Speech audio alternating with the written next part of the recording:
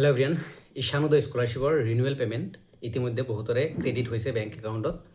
বাকীবোৰ যিবোৰ ষ্টুডেণ্ট আছে যিসকলৰ ক্ৰেডিট হৈছে সোমাইছে পইচা 80,000 কমেণ্টত জনাই দিবা। আৰু বাকী যিবোৰৰ সোমোৱা নাই কাইলৈ পৰহিলৈ ধৈৰ্য ৰাখা, 100% সোমাব।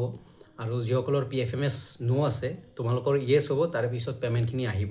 নাইবা য়েছ নহ'লেও কেতিয়াবা পে'মেণ্ট আহি যায়।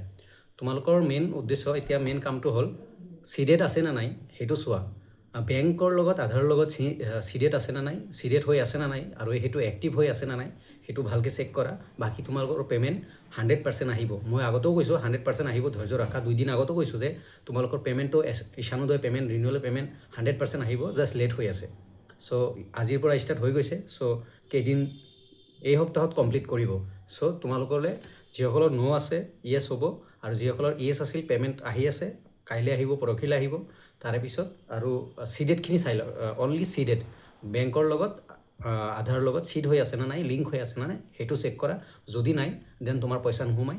প্লিজ এতিয়াও কাৰেকশ্যন কৰি লোৱা 100%, তেতিয়া সোমাই যাব। যেতিয়া চিড কৰিবা তেতিয়াহে সোমাব।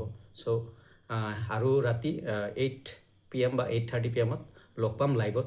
যিসকলৰ প্ৰব্লেম আছে আহিব পাৰা, জনাব পাৰা। সকলোৱে আহিবা। Thank U.